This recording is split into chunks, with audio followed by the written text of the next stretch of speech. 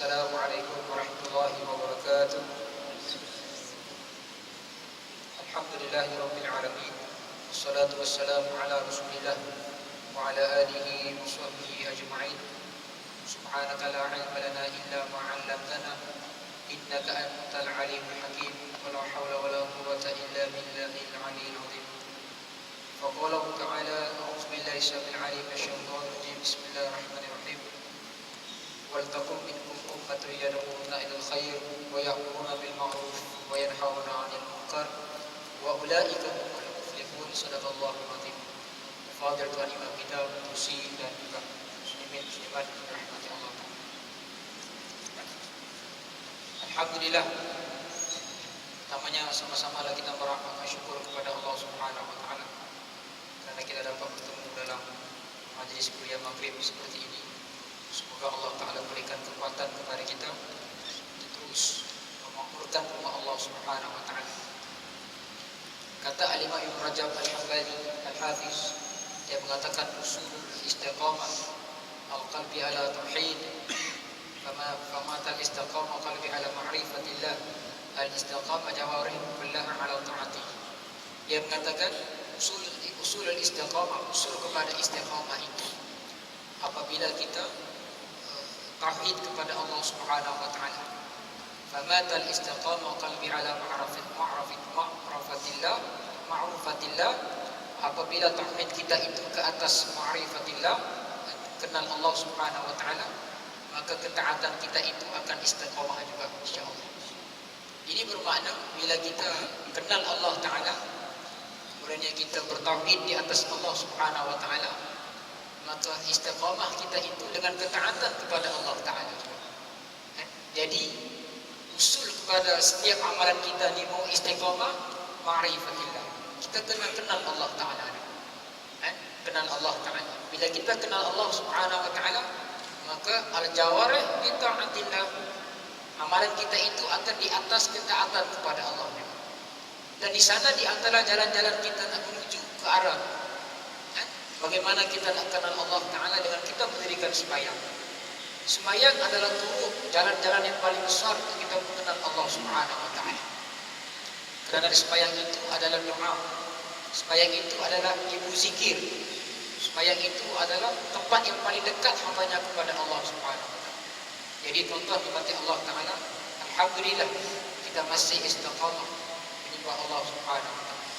Kita doa kepada Allah supaya Allah Ta'ala mematikan kita dalam keadaan istiqamah mengamalkan Islam insya-Allah. Jadi malam ini kita sambung perbahasan mengisi ruang kekosongan yang ditinggalkan oleh guru kita disebabkan musafir untuk mengabdikan diri kepada Allah Taala. Saya ingat minggu lepas juga kita bincang berkaitan tentang Islam. Arkanul Islam, awwalul fil Islam, awal fil Islam. Benda yang paling utama ataupun benda yang awal dalam Islam, dan kita membincangkan tentang hadis Nabi SAW yang 5 itu yang saya dah sebutkan minggu lepas daripada Umar bin Khattab radhiyallahu anhu. Qala sami'tu Rasulullah sallallahu alaihi wasallam. Ini hadis. Buniyal Islam ala khamsin syahadat la ilaha illallah wa anna Muhammadar Rasulullah, iqamis shalah wa ita'iz zakah wa hajjal bait wa shaum Ramadan. Rawahu Bukhari wa Muslim muttafaqun alaih. Hadis ini hadis yang dibacakan oleh Nabi sallallahu alaihi wasallam. Dan ini kita dah bincang secara matang dari sudut riwayatnya. Cuma malam ini kita ulang sedikit. Maka mati Allah Subhanahu wa taala daripada Umar Abdurrahman Abdullah bin Umar Al-Khattab radhiyallahu anhu. Aku mendengar Rasulullah sallallahu alaihi wasallam bersabda, dibina Islam itu dengan 5 perkara. Saksi bahawasanya tidak ada Tuhan yang disembah melainkan Allah Subhanahu wa taala. Wa iqamis shalah, mendirikan salat, wa ita'iz zakah, kemudian yang mengerjakan ataupun mengeluarkan zakat, kemudiannya wa hajjal bait, menginai haji, wa shaum Ramadan, dan juga berpuasa di bulan Ramadan. Ini kita dah bincang minggu lepas. Dan di sana ada beberapa hadis yang meriwayatkan dalam kitab-kitab hadis, antaranya Al-Bukhari dalam kitab Al-Iman. Begitu juga Al-Muslim dalam kitab Al-Iman. Kitab akidah semua ni. At-Tirmidzi juga kitab Al-Iman. Kemudiannya An-Nasa'i juga kitab Al-Iman. hadis tentang yang disebutkan oleh Nabi ini, 5 perkara ini adalah dasar kepada iman kita. Kan? Selain daripada tu'minu billah wa malaikatihi wa kutubihi wa rusulihi wal yaumil akhir, al-imanu bil qadri khairi wa syarri, itu juga iman. Kan? Rukun iman, rukun Islam. Ulama mengambil hadis ini diletakkan dalam kitab iman. Sebab iman tidak akan tercapai jika Islam tidak ada. Maka dasar kepada iman itu 5 perkara ini. Iman tak tercapai jika Islam tidak ada. Macam mana nak capai kalau pintu tak ada? Pintu kepada agama ini adalah Islam. Seperti mana yang Nabi sebut dalam hadis-hadis yang disebut daripada itu lagi. Al-Islam an tashhadu an la ilaha illallah wa tuqimus shalah wa tu'tiya zakah wa tusuma ramadan wa tuhajjal baiti in istata'ta ilaihi sabila, itu juga Islam. Ya, kita dah bincang hadis ini, hadis yang kedua yang paling pada. Hadis yang ketiga pula yang sama Nabi sebagai satu murajaah, ulang kaji kepada kita, seperti yang dimajmukan oleh Al-Imam Nawawi dalam kitab ini. Dan kepentingan kepada hadis ini kata ulama, dia adalah hadis yang menjadi rukun kepada Islam. Min arkanil Islam. Apa makna rukun? Rukun maknanya tiang. Mana-mana perkara kalau tak ada tiang, maka rukun adalah satu perkara. Maka ulama mengatakan hadis yang Nabi sebut ini adalah sebagai satu hadis tentang rukun Islam. Dasar kepada kita 5 perkara ini. Jangan bincang benda lain, yang ini kena selesai. Yang ini kena selesai. Yang ini kalau tak selesai, maka Islam tak boleh menang. Islam pasti akan dikalahkan. Seperti mana yang Nabi sebut dalam hadis. Suatu masa nanti akan datang umat kepada kamu, tada'ilakum, datang kepada kamu, mengurungi kamu, belasah kamu ibarat satu makanan. Kemudian sahabat tanya, ya Rasulullah, adakah kami pada masa itu? Banyak, ya kamu banyak, Nabi kata. Tetapi iman kamu bagai kuih, iman kamu bagai satu gelombang yang mudah pecah. Sebab apa jadi itu? Sebab yang ini asas kepada pengibadatan itu tidak diteguhkan, maka Islam tak boleh menang. Umat Islam tak boleh menang. Sebab dasar tak tegak lagi. Dasar tak tegak. Kalau dasar tak tegak, maka Islam tak boleh menang. Umat Islam tak boleh menang. Dan Nabi mengatakan di sana dalam hadis ini, umat-umat yang membelasah kamu itu, Allah Ta'ala tarik perasaan takut mereka kepada kamu. Sebab kita tak takut Allah, maka umat Islam, musuh-musuh Islam tak takut kita. Kita tak tegakkan diri kita sebagai hamba Allah, maka musuh Islam tidak menjadi takut kepada kita. Dan dikurniakan pula perasaan hubbud dunya wa karahiyatul maut. Al-wahdu perkataan cinta dunia takut mati. Kata Nabi, di kalangan orang yang mendengar hadis ini tanya Nabi, ya Rasulullah, mal wahd? Apa itu wahd? Apa itu wahad? Nabi mengatakan wahad itu adalah yang cintakan dunia takutkan mati. Sebab apa jadi gitu? Sebab kita tidak menegakkan rukun-rukun dasar kita sebagai seorang muslim, maka manusia-manusia musuh-musuh Allah tidak takut kepada kita. Akhirnya kita nampak suasana hari ini, bagaimana orang Islam dibelenggu dengan serangan yang tidak ada tara banding, tidak putus-putus. Sebab apa jadi gitu? Sebab kekuatan pengibadatan kita kepada Allah masih tidak kuat. Tuan-tuan tak perasan? Hari ini orang Islam dibelasah sana ini, mengemis di negara-negara orang kafir yang menyisyirikkan Allah Ta'ala. Negaranya hancur dibelasah oleh musuh-musuh Islam. Kita kena sedar inilah hakikatnya. Bila Islam tidak ditegakkan dalam diri kita, maka Allah menghantar musuh-musuh untuk menegur kita, sama ada kita balik ataupun tidak. Yang balik itu alhamdulillah. Yang kerah kepala macam batu, terpulang kau dah macam mana sekali. Ini saya nak sebutkan. Dalam sembahyang, rukun Islam yang kedua, Allah mengajar kekuatan.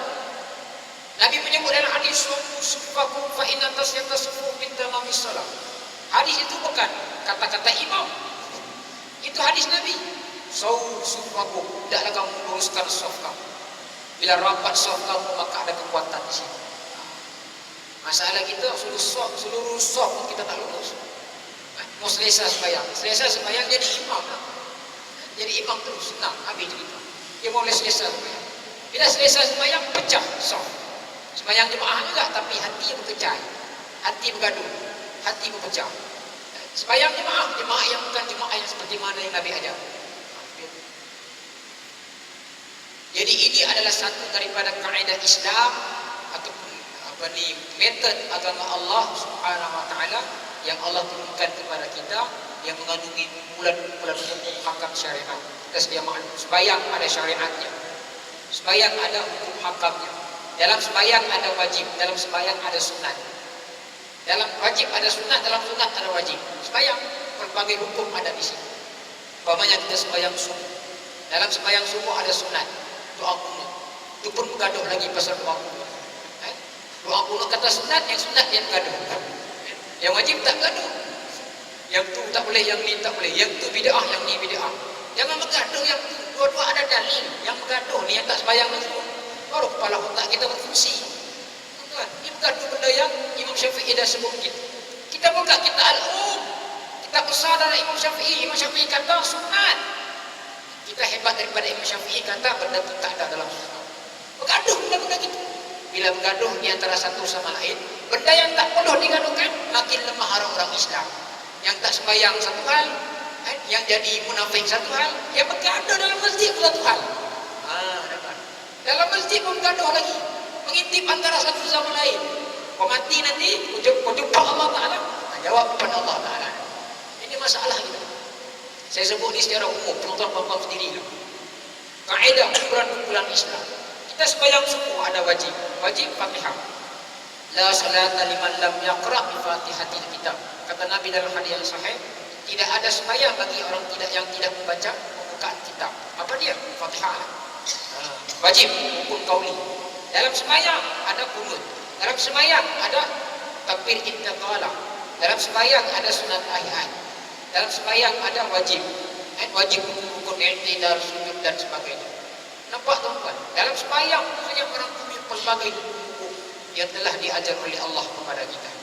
Bila kita didisiplinkan dengan hukum-hukum ini, maka tidak sepatutnya orang Islam yang jaga sembahyang dia tak disiplin. Allah menyebut dalam surah An-Nisa, wajib menjaga sembahyang dengan waktunya. Hukum wajib. Inna salata kanat 'alal mu'minina kitaban mawquta. Sungguhnya sembahyang itu difardukan dengan ketetapan waktu-waktunya. Maka orang Islam ikut kewajiban itu. Tak boleh kita tukar sembahyang zuhur pergi isyak jadi zuhur. Tak boleh. Itu boleh merosakkan hukum dalam diri kita. Ini semua benda-benda yang mesti kita belajar. Dan hadis ini juga merangkumi ma'rifatullah. Saya dah sebutkan tadi. Kata Al-Imam Rajab Al-Hambali, Al-Hafiz, orang-orang besar. Dalam kita nak mentaati Quran, dalam kita nak istiqamah mentaatkan diri kita kepada Allah, kita kena ada sifat ma'rifatillah. Ma'rifatullah. Ini ulama kata di antara sifat ma'rifatullah yang boleh kita dapat dalam hadis Nabi tadi. Apa dia? Aqimus solat. Kemudiannya syahadah, aqimus solat, wa atuz zakat, pergi haji dan juga puasa di bulan Ramadan. Itulah dia jalan-jalan dasar bagaimana kita nak kenal Allah Subhanahu wa taala. Kerana ulama dikata di antara hadis yang boleh mengajar kita untuk mengenal Allah adalah hadis ini. Makrifat tentang agama Allah Subhanahu wa taala. Kita kena kenal agama Allah. Kata Sayyidina Ali, manusia boleh, kata ulama-ulama silam bukan Sayyidina Ali, Sayyidina Ali sebut, kita akan musuh benda yang kita tak tahu. Kita akan jadi musuh. Kita akan jadi al-adu ma ta'lam. Kita akan jadi musuh pada benda yang kita tak tahu. Termasuk agama kita sendiri. Kalau kita tak tahu agama kita tuntutannya, kita boleh jadi musuh kepada agama kita. Bagaimana kita jadi musuh pada agama kita? Dengan kita tarkus salat, tinggalkan sembahyang. Kita meninggalkan perintah-perintah Allah. Banyak tuan. Kadang-kadang kita sedih dalam mendatangkan ramai manusia yang betul dia Islam, tapi pribadinya ya Allah, bagaimana Allah Ta'ala nak bagi Islam menang di dunia ini kalau begini keadaan kita? Kita tengok sendiri di Tawau, tak payah di bandar KL, Tawau, pening kepala sudah kita. Bagaimana orang Islam yang sepatutnya menjaga peribadi Islam, tak jaga peribadi Islam. Dengan anak mudanya mendedahkan aurat, laki-laki perempuan makan tanpa ada ikhtilat, yang boleh merancang kepada kerusakan di antara satu sama lain. Sebab apa jadi gitu? Laisa, bukan kerana kenal Allah. Tidak kenal Allah Ta'ala, maka dia boleh masuk jalan-jalan yang boleh merosakkan diri. Padahal Allah kata dalam Quran, qad aflaha man zakkaha wa qad khaba man dassaha. Beruntunglah orang yang bersihkan hati dengan dia kenal Allah Ta'ala. Dan rosaklah, binasalah, rugilah orang yang menghancurkan, merosakkan hatinya, mengotorkan hatinya. Bila kita tak kenal Allah, maka hati kita kotor. Bila kita tak ingat Allah, hati kita kotor. Bila hati kotor, bagaimana mungkin kita nak kenal Allah Subhanahu Wa Ta'ala? Ini saya nak sebutkan. Hari ini kita tinggalkan dasar yang disebutkan oleh Nabi. Sebab itu kita tidak heran bila manusia kita nampak kebanyakan di hadapan kita, majoriti tinggalkan agama Allah Ta'ala. Yang tak sembahyang satu hal, yang main judi satu hal, yang merosakkan diri satu hal, anak-anak kita yang tidak menjaga aurat satu hal, yang tidak menjaga disiplin sebagai seorang muslim satu hal. Ini dasar. Sebab apa? Sebab dia mengambil remeh hadis Nabi tadi. Ma'rifatillah, kenal Allah tu dengan benda yang disebutkan oleh Nabi tadi. Kita kena faham ni tuan-tuan. Dan tugas kita menyelamatkan manusia-manusia ini yang kadang-kadang melibatkan ahli keluarga kita sendiri. Ahli keluarga kita sendiri. Yang di sana hukum-hukumnya ataupun hukum agamanya itu disandarkan dengan dengan Al-Quran dan hadis Nabi sallallahu alaihi wasallam. Umpamanya sembahyang, dia ada sunnah-sunnah yang dijelaskan. Sembahyang dia ada dua dasar kepada hukum. Di antara dua dasar ini menghasilkan berbagai hukum. Satu, niat. Yang keduanya ittiba' sunnah. Niat, ulama ambil niat sebagai perbahasan hukum. Kata Imam Syafi'i, niat wajib. Di sana ada lagi terhasilnya hukum yang lain. Apa dia? Lafaz niat jadi sunat. Nampak tak tuan-tuan? Dalam mazhab lain tidak ada lafaz niat, hanya wajib saja. Niat saja ada perbahasan hukum. Niat saja ada perbahasan, ada terhasilnya berbagai hukum. Kemudian ittiba' sunnah. Ittiba' sunnah lagi banyak hukum-hukum dikeluarkan. Sunat hayatnya, sunat abaatnya. Dalam mazhab-mazhab lain khilaf di kalangan ulama-ulama, ada kata ini tak ada kata ini tak. Ini semua keindahan Islam. Ini semua mahasin Islam, kemewahan yang ada dalam ilmu Allah Ta'ala. Untuk kita faham, bukan untuk kita mengandung. Untuk kita menyebarkan, untuk kita mengembangkan hukum-hukum ini, kemudian kita mengajar pada manusia-manusia lain. Itu baru betul. Bukan kita mengajar, kita hukum kaum sana sesat dan sebagainya. Ini masalah yang boleh merusakkan kehebatan ataupun kekuatan Islam itu sendiri. Baik. Istilah hadis Nabi sallallahu alaihi wasallam. Dalam hadis ini kata Nabi buniyal Islam, bunia ini diambil dari perkataan bana, yabni bina'a, bunia. Bunia kata ulama min fi'il madhi majhul. Fi'il madhi, fi'il yang telah terlepas, yang berlalu lamanya. Maknanya Islam yang Allah Ta'ala bagi pada kita ni lebih dulu dibina daripada kita diciptakan oleh Allah. Nampak tuan-tuan? Allah menyempurnakan agama ni lebih lama dulu daripada kita lagi. Maknanya kewajiban Islam bukan zaman Nabi lagi. Zaman ulama, zaman Nabi-Nabi seluruh daripada Nabi Muhammad sallallahu alaihi wasallam. Cuma tasyriknya itu, syariatnya itu berbeza di antara satu sama lain. Tetapi Islam yang sama, mengabdikan diri kepada Allah Ta'ala. Syahadat la ilaha illallah, mengucap dua kalimah syahadah, menafikan wa kafara ma yubad, menafikan selain daripada Allah, mengkufurkan tuhan-tuhan lain yang bukan daripada Tuhan yang sepatutnya disembah, yakni Allah Subhanahu wa Ta'ala, yang Tuhan itu bukan. Jadi dunia ini benda yang telah lampau. Islam walaupun telah dibina sebelum kita diciptakan, Islam tetap valid, bernilai sampai hari kiamat. Bagaimana Allah menurunkan Quran dengan katanya dalam surah Al-Furqan, inna nahnu nazzalna dzikra wa inna lahu lahafizun. Aku turunkan Quran, kami turunkan Quran dan kami pelihara Quran. Bagaimana Allah Ta'ala pelihara Quran, begitulah Allah Ta'ala pelihara Islam. Sebab sumber kepada Islam adalah Quran. Sumber kepada Islam adalah Quran. Fa in tanaza'tum fi syai'in faruddu ila Allahi wa Rasul. Bila kamu ada masalah apa sekalipun, hendaklah kamu balik kepada Quran, kata Allah dalam Quran. Itu dia tu. Ini kehebatan Islam sebab sumbernya Quran dan Sunnah. Yang dibina oleh Allah Ta'ala, yang mana Allah sebut al-yawma akmaltu lakum dinakum, hari ini aku sempurnakan Islam dalam diri kamu. Kata ulama, Allah menyebut al-yawma itu hari ini itu. Bila kita baca ayat itu, hari-hari kita baca seorang-orang, hari inilah Allah Ta'ala sempurnakan. Maknanya Islam bersifat semasa. Islam tidak diluput dengan zaman-zaman. berbanding dengan agama lain, agama Katolik, yang dihasilkan oleh golongan Ortodok Kristian. Bila orang-orang tak puas hati, lahir agama Protestan.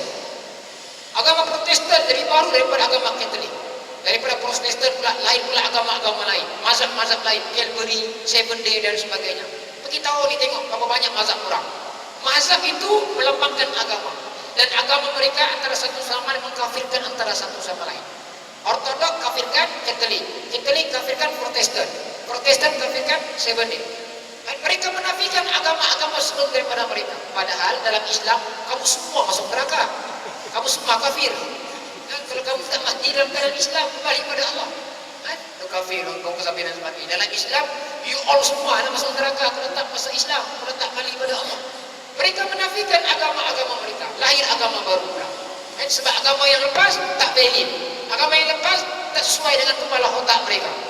Dan bina mereka Islam, Allah yang bina. Mau tak mau, itulah Islam. Suka tak suka, itulah Islam. Sembahyang subuh 4:30, suka tak suka, kena bangun sembahyang setengah 4:30. Suka tak suka, kena bangun. Walaupun suka tak suka, kena bangun juga. Sebab itu kewajiban yang telah Allah perintahkan kepada kita. Itu Islam. Suka tak suka, itu Islam. Suka tak suka, itulah kuliah. Suka tak suka, itulah dakwah. Itulah Islam. Kerana apa? Kerana Islam bukan ikut kita, kita ikut Islam. Islam bukan ikut kita, kita ikut Islam. Bukan Allah ikut kita, kita ikut Allah Ta'ala. Wa ma umiru illa liya'budullah mukhlishina lahuddin. Sesungguhnya agama ini menjadikan satu perintah kepada mereka yang ikhlas di jalan Allah Ta'ala. Mau tak mau, kena belajar ikhlas. Dengar kuliah, mula-mula dengar tu meronta-ronta hati. Allahu Akbar, kena sebiji ke aku. Contoh, lama-lama insya-Allah hati kita akan bersih. Contoh kena ingat, orang yang rajin dengan kuliah ni tuan-tuan, hatinya akan lembut insya-Allah. Walaupun sebelum daripada tu dia lah paling keras sekali, paling gangster sekali. Lama-lama dia akan dengar dengan insya-Allah. Sayyidina Umar Al-Khattab, kita sedia maklum, orang yang paling tegar musuh Islam. Bila dia masuk Islam, dia paling tegar mempertahankan Islam. Hebatnya orang. Sebab apa? Sebab dengar Islam, dengar nasihat. Kita ni belagak, hebat, tak mau dengar nasihat dan sebagainya. Ada kuliah, pakat lari semua. Ada kuliah, boikot semua. Ada kuliah, tak mau datang. Dia masuk kena sesa nanti bukan orang yang dengar, orang yang pergi kuliah, kau sendiri ya. Ini masalah kita. Sebab apa jadi gitu? Sebab kita tak mau dengar keindahan Islam. Dibangunkan oleh Allah, Islam dibangunkan oleh Allah. Allah yang bina Islam ni. Kullu bani Adam khata' khair khata' wa khair khata' tawwab. Setiap daripada anak Nabi Adam itu buat salah. Bila buat salah, tidak layak dulu kini selamanya buat agama. Tak boleh buat agama. Manusia tak boleh buat agama. Yang lahir daripada agama-agama Kristian itu semua hasil daripada penyelewengan mereka. Mengabdikan selain daripada Allah Ta'ala, melantik tuan-tuan lain selain daripada Allah Ta'ala. Allah menyebut dalam Quran mereka-mereka ini akan disambar oleh api neraka Allah Subhanahu Wa Ta'ala. Ini saya nak sebut. Ala khamsin. Kalau kita tengok hadis Nabi ini, dia kata situ buniyal Islam ala khamsin, dengan 5 perkara. Ala. Ala itu sebut sebagai harful jar. Satu perkataan yang menghubungkan kepada perkataan yang lebih utama. Dia macam ayat menghubung. Ala khamsin. Kata ulama, ala khamsin itu ditegakkan dengan 5 perkara tadilah. Di sana ada riwayat lain mengatakan ala khamsatin, bermakna 5 perkara, 5 rukun. Punya makna yang sama. Allah dibuat. Laisa muqabiluha, tidak bertentangan antara satu sama lain. Macam saya sebutkan perbahasan hadis Nabi. Tentang hadis yang kedua, Nabi kata Islam, Nabi mengatakan haji itu paling ujung. Kemudian puasa yang keempat. Dalam hadis ini puasa yang kelima, haji yang keujung. Haji yang keempat, puasa yang ujung. Dia bukan pertentangan, dia melengkap antara satu sama lain. Walaupun dari sudut maratibnya itu hadis yang pertama Nabi sebut haji nombor 5, puasa nombor 4. Haji yang kita bahas hari ini, hadis yang kita bahas hari ini, puasa itu kelima, haji yang keempat, sama, tak ada masalah. Nak ambil hadis yang keempat, kedua pun boleh, mau ambil hadis yang ini pun boleh, dua boleh, tak ada masalah. Yang tak boleh bila kita tak ambil hadis itu. Bila kita tak mengamalkan hadis itu. Nah, itu orang yang celaka, orang yang sepatutnya kena taubat kepada Allah Ta'ala.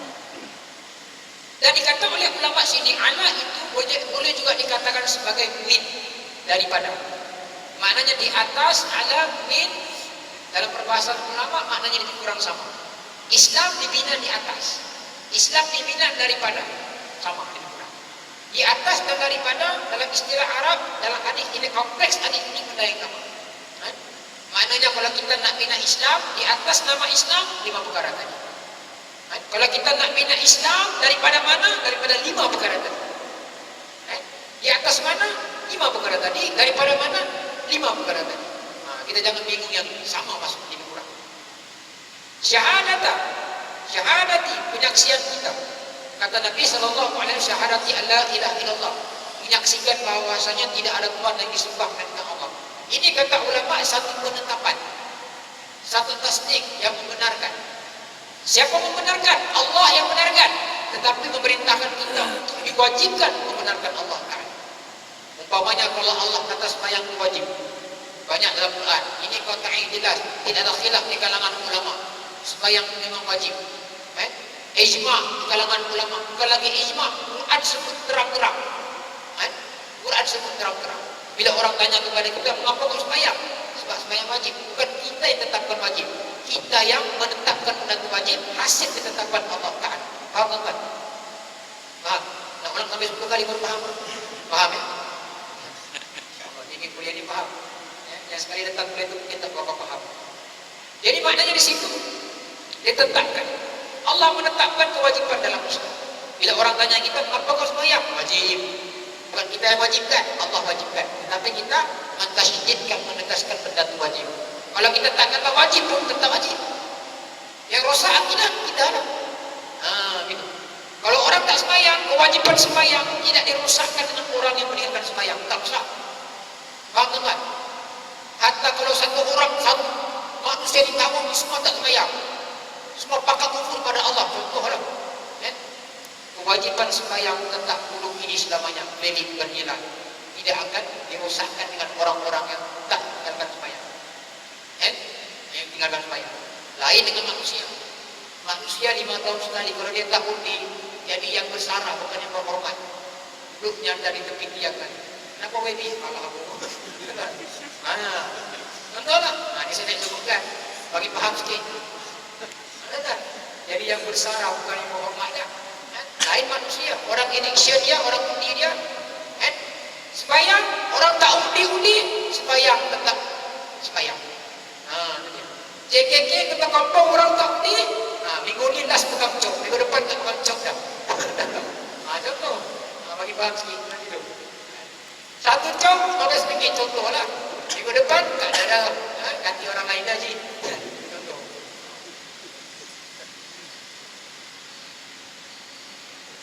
Jadi kita menetapkan syahadah. Syahadah ini kita saksi. Dalam ayat itu kata Nabi SAW saksi. Saksi maksudnya dari sudut ta'rifannya adalah kita menetapkan dan membenarkan Allah satu. Tasdik bil qalbi, tasdik bil iqrar, bil taqrir, dan tasdik bil jawarih. Kita benarkan Allah satu. Allah wajib disembah.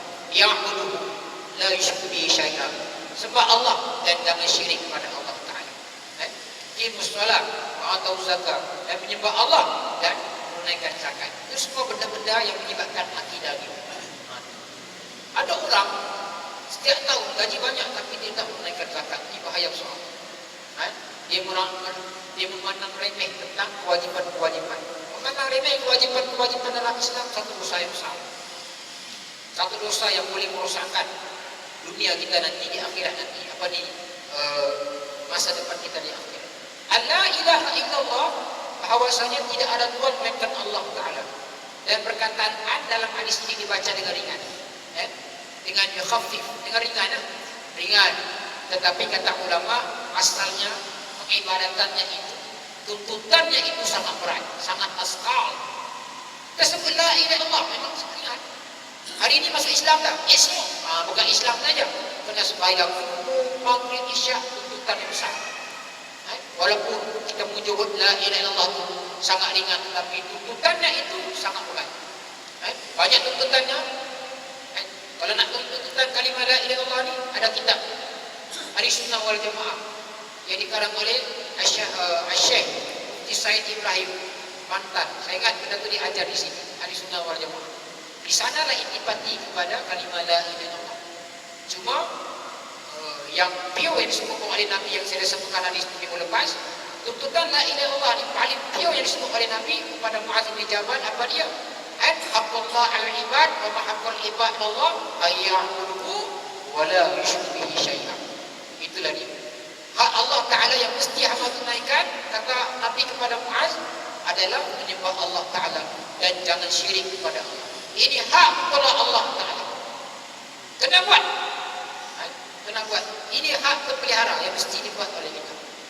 Kalau tak buat, maka kita memandang benda itu sangat remeh dan kita berisi kemurkaan daripada Allah Subhanahu wa taala.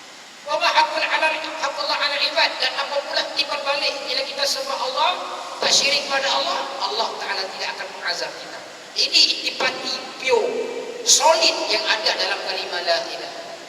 Dalam perkataan ayat pula banyak pula dia punya tuntutan yang jangan khurafat, jangan syirik, sembah Allah, sembahyang jangan tinggal, apa benda yang membatalkan akidah, apa benda yang boleh merosakkan akidah, itu semua kena belajar. Kata ulama, semua benda mesti orang Islam belajar. Pertama sekali ilmu akidah, yang keduanya ilmu ibadah. Ini benda kena belajar. Sebab dia ada kaitan dengan rukun Islam yang kita baca ni. Akidah, asyhadu an la ilaha illallah. Ibadah, puasa, zakat, haji. Kemudian benda-benda lain selepas daripada itu, pecahan-pecahan selepas daripada itu. Jadi saya nak sebut. Iqamis solat, ini permasalahan lagi. Ada masalah lagi sikit. Kata Nabi sallallahu alaihi wasallam, iqamis solat itu apa maknanya? Maknanya mendirikan solat. Sebab itu tuan-tuan, kalau kita perhatikan hadis Nabi ataupun ayat Quran, bila menyebut tentang sembahyang, Nabi tak sebut, Allah tak sebut ya'mal, i'mal. Nabi sebut yuqimus solat, iqamus solat, yuqimus solat. Kenapa jadi begitu? Sebab beramal dengan perkataan sembahyang dia tidak sempurna lagi, tetapi mendirikan sembahyang sempurna. Perbahasan kenapa begitu? Ini ulama sebut. Perkataan iqamis solat itu ditasyri'kan oleh Allah Ta'ala, oleh Nabi sendiri dalam hadis, bermaksud apa dia? Satu, istiqomah. Jadi orang yang sembahyang ni baru dikatakan istiqomah. Orang yang mendirikan solat ni dengan istiqomah baru dikatakan iqamis solat. Kau tak tahu kan? Dia tidak dikatakan lagi muqimus solat kalau dia tidak istiqomah sembahyang lima waktu. Aku sembahyang juga Ustaz, waktu Jumaat. Tidak dikatakan lagi istiqomah. Tidak dikatakan yang digolongkan oleh Nabi tadi iqamis solat. Maknanya kita tidak dikatakan orang yang mendirikan Islam lagi. Yang dikatakan iqamis solat yang mendirikan lima waktu. Lima waktu ya tuan-tuan. Asalnya 50 waktu. Kalau 50 waktu, kuliah maghrib pun tak ada. Tak ada. Bayang. Satu masjid, 5 imam. Ganti-ganti. Seorang sakit pinggang, seorang sakit punggung. 50 waktu tuan-tuan. Ini sembahyang. Isra wal Mi'raj kan? Subhanalladzi asra bi 'abdihi lailan minal masjidil haram ilal masjidil aqsa alladzi barakna hawlahu linuriyahu min ayatina. Allah menyebut dalam surah Al-Isra ayat pertama. Satu-satunya perintah Allah Ta'ala yang Nabi kena naik atas langit bil liqa ilallah adalah sembahyang. Tak ada perintah lain yang Nabi kena naik atas langit melainkan sembahyang. Bukan naik atas langit, Sidratul Muntaha. Yang kata para ahli saintis, Sidratul Muntaha ni kalau diletak kepada matahari, berkecai matahari. Kekuatan luar biasa. Sebab tu malaikat Jibril tak masuk. Padahal malaikat Jibril ni rais, ketua malaikat, tak boleh masuk. Nabi saja masuk. Nak terima perintah apa? Sembahyang. Tiba-tiba kita zaman sekarang tak sembahyang. Allah berani semua itu. Berani semua itu. Jadi dikatakan orang yang iqamis solat itu mereka sembahyang bermaksud istiqamah, mustaqim. Benar kita sebut dalam Fatihah. Ihdinas siratal mustaqim. Apa maknanya? Jalan yang lurus. Maknanya duduk istiqamah di jalan yang lurus. Jangan kita doa hanya ihdinas siratal mustaqim, lepas salam kita halang Islam, kita halang kuliah, kita halang dakwah. Itu menipu namanya tuan-tuan. Kita tarik tali dengan Tuhan. Kalau kita dikatakan istiqamah, kita bantu Islam. istiqomah dengan amalan-amalan Islam. Kalau dikatakan mustaqim. Jangan kita jadi orang yang hipokrit depan Allah Ta'ala. Kita baca Fatihah ihdinas siratal mustaqim, lepas salam, kita di antara golongan-golongan yang menghalang kerja-kerja Islam, menghalang kerja-kerja Allah Ta'ala. Tuan, kalau ada orang-orang seperti ini, kembali pada Allah Ta'ala. Kembali. Takut nanti di akhirat nanti tidak ada satu saham pun kita nak bagi pada diri kita. Itu masalah kita. Dan juga orang yang mengerjakan tamam syurut wal arkanuhu, dan juga sunatnya wal adab. Jadi orang yang dikatakan oleh Nabi iqamis shalah ini ada dua sifat, saya ringkaskan. Saya mukhtasarkan. Yang pertama sekali orang yang istiqamah 5 waktu tadi. Saya ulang banyak kali ini. Tidak dikatakan istiqamah sembahyang kalau dia sembahyang fardu Jumaat. Jauh sekali yang sembahyang hari raya Idul Adha, hari raya Idul Fitri. Itu lagi tak dikatakan istiqamah. Tapi aku sembahyang juga Ustaz. Sembahyang lagi tapi tak istiqamah sembahyang. Mengisi istiqamah sembahyang kalau setahun sekali sembahyang. Banyak rakyat kita hutang dengan Allah tu. Kira balik ya.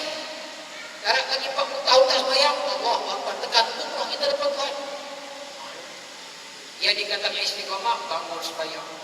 Dan bonus kepada istiqamah tu qiyamul lail.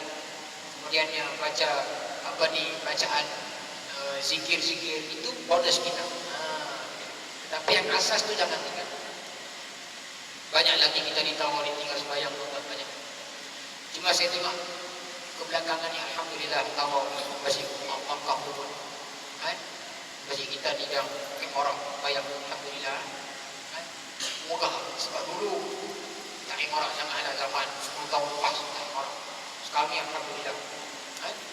Pakcik-pakcik kita ni pun yang dulu tak habis sembahyang, saya tengok alhamdulillah sembahyang. Hidayah Allah Ta'ala. Kita tak tahu siapa-siapa yang dulu gangster, dulu kaki pukul, kemudian dia boleh jadi imam sekarang. Kita tengok boleh sahkan sembahyang ni.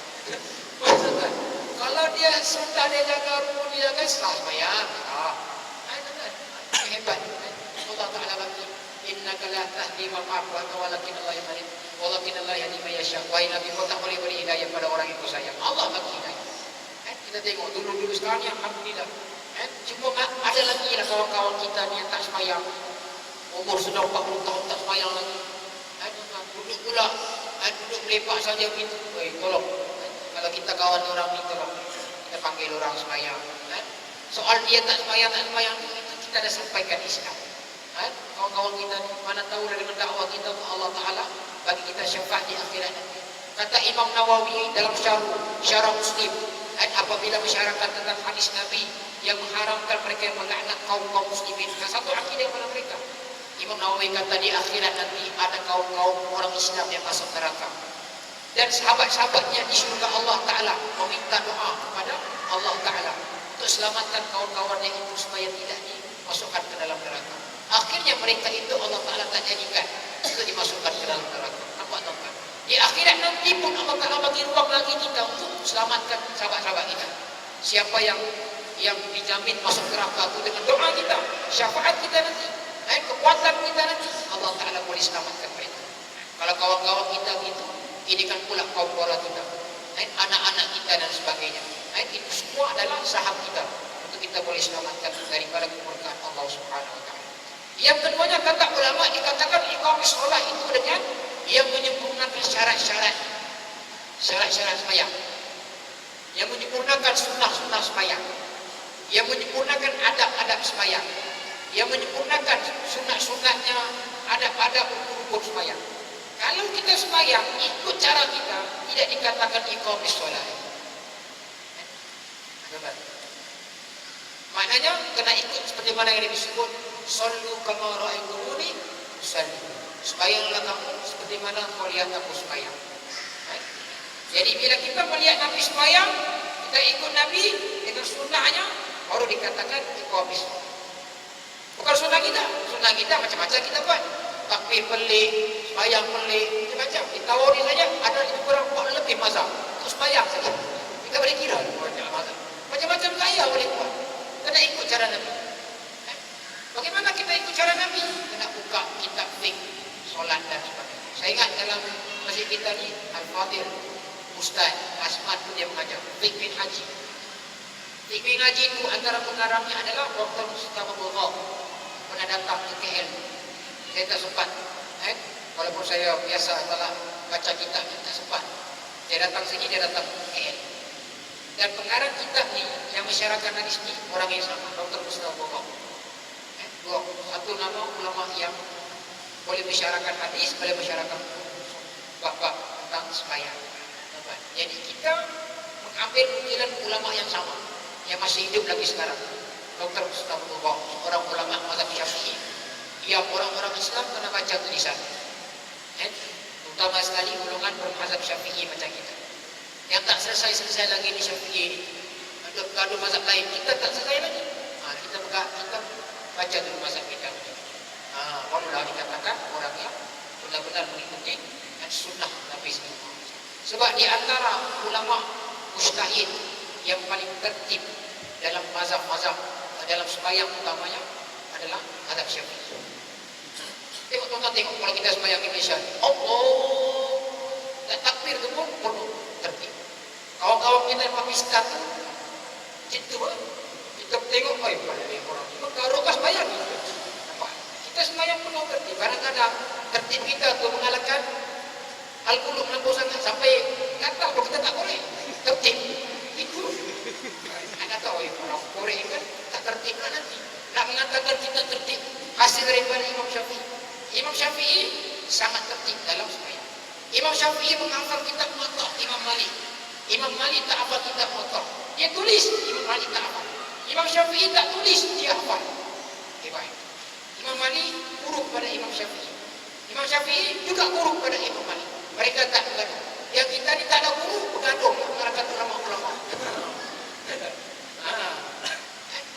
Kita bergaduh mengarahkan ulama-ulama lepas. Yang bagi teruk tu dia boleh menafikan pandangan Imam Syafi'i. Tonton buka kita Al-Um.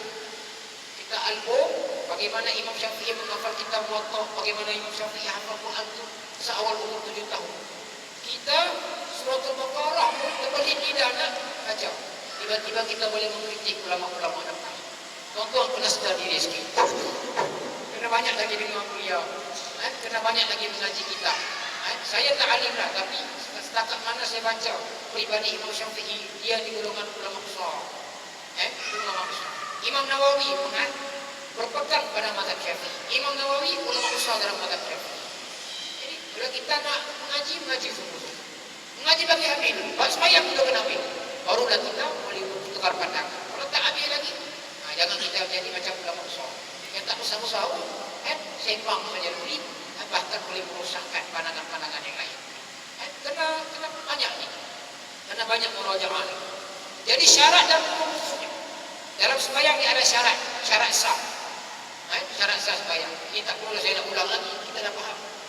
Syarat sah sembahyang itu Islam, akil. Dalam kitab Fathul Mu'in, di antara syarat-syarat sah sembahyang itu antaranya adalah wal aqil, orang yang berakal. Dalam mazhab Syafi'i, Imam Syafi'i kata orang yang gila sekejap tak wajib sembahyang sebab dia gila. Dia mengambil satu kisah pula, dia masuk dalam kitab Al-Um perbahasan bagaimana seorang perempuan yang dimasuki oleh jin. Dia masuk dalam kitab. Apabila dia hilang kawalan sampai tidak ada akal, maka masa itu tak diwajibkan sembahyang. Tak payah qada lagi sembahyang. Sebab masa itu tidak ada kewajiban sembahyang. Kenapa? Ini syarat-syarat yang diperbahaskan oleh ulama-ulama. Islam dasar, orang kafir tak wajib sembahyang. Dia kalau nak sembahyang juga kena buka dulu kalimah la ilaha illallah baru sembahyang. Dia. Sebab itu kita orang yang masuk Islam ni jangan kita desak dulu sembahyang. Kita dakwah dia dulu dakwah. Dan bila dia Islam sudah, dia kalimah la ilaha illallah barulah kita ajar dia sembahyang. Wajib dia sembahyang. Kalau dia tak tahu Fatihah pun kena sembahyang pula. Dia tak tahu Fatihah pun kena sembahyang. Jangan kita kotak, tak boleh. Malam ni juga kena khatam 7 ayat. Kesian dah budak tu. Ini pun satu hal juga tengok. Tak boleh. Awak kena ni, kita saudara. Orang makan benda haram 30 tahun. Orang terminum arak dan sebagainya. Contohlah masa dia tak Islam. Tiba-tiba satu malam, kita yang Islam itu 7 ayat tak selesai lagi. Dia nak. Serah. Kita yang Islam ni pun percaya kita ni nak belajar. Orang yang tak Islam kita permudahkan. Kata Nabi kepada Muaz bin Jabal, dia kata, yassiru wa la tu'assiru. Kamu permudahkan, jangan susahkan. Mungkin dia sikit-sikit, barulah kita didik dia. Sebab saya pun sempat juga mengajar orang-orang yang mu'allaf, bawa jabatan agama. Orang ramai lagi yang tak boleh baca Fatihah. Dia kata, Ustaz, bolehkah saya sembahyang? Saya punya Fatihah tak apa lagi. Saya kata, wajib sembahyang. Kena sembahyang. Jadi macam mana Fatihah? Kan kalau Fatihah tak sembahyang, tak baca Fatihah, mana ada sembahyang nanti? Tak salah sembahyang. Dalam istilah orang ini tawuran, ada maslahat yang diringankan kepadanya. Jadi tak ada masalah. Yang kita ni 60 tahun tak sembahyang, nanti kalau tak Islam, memang wajib dah baca Fatihah. Kan? Wajib dah baca Fatihah. Yang dulu lagi Islam. Nampak? Dan juga mencakupi segala niat dan juga sunat-sunat dan adab-adab. Jadi saya ulang, khulasa kepada hadis ini, yang mana Islam itu dibina oleh Allah Ta'ala, bukan dibina oleh makhluk ghairillah selain daripada Allah. Yang keduanya, syahadati menetapkan bahwasanya Allah itu Tuhan, hasil daripada ketetapan Allah Ta'ala. Allah melihat dengan mata, tidak. Allah melihat dengan penglihatannya. Manusia melihat dengan mata. Allah mendengar dengan pendengarannya. Manusia mendengar dengan telinga. Kata Al-Imam Al-Muzani dalam kitab Aqidah Al-Muzani, man tasyabbu, sesiapa yang menyamakan Allah bimakhluqih, dengan makhluk-makhluknya, fahuwa kafar. Maka ada fahuwa kafar. Fa innahu kafar. Sesungguhnya dia telah kafir. Kenapa? Sebab di antara syarat mentasdiqkan Allah itu Tuhan, la tasyabbu. Jangan kita samakan Allah dengan makhluk lain. Tak sama. Itu syarat syahadat. Kemudian dia iqamis solat. Mendirikan sembahyang, dikatakan mendirikan sembahyang itu adalah mereka yang istiqamah 5 waktu sehari semalam. Yang keduanya bukan sekadar istiqamah, tetapi menyempurnakan sunnah-sunnahnya, menyempurnakan adab-adabnya dan rukun-rukun sembahyang seperti mana yang telah diajar oleh Nabi sallallahu alaihi wasallam. Sekadar itu tuan, ma asabaka min hasanatin min Allah wa ma asabaka min sayyi'atin min nafsik. Qul qawli hadza wastaghfirullah azza wa jalla. A'udzu billahi minasyaitonir rajim. Allahumma anna ma'alana wa 'allimna ma yanfa'una wa rabbi zidna 'ilma. Wa sallallahu ala Muhammadin wa ala alihi wa sahbihi wa sallam. Alhamdulillahi rabbil alamin. Assalamualaikum warahmatullahi wabarakatuh.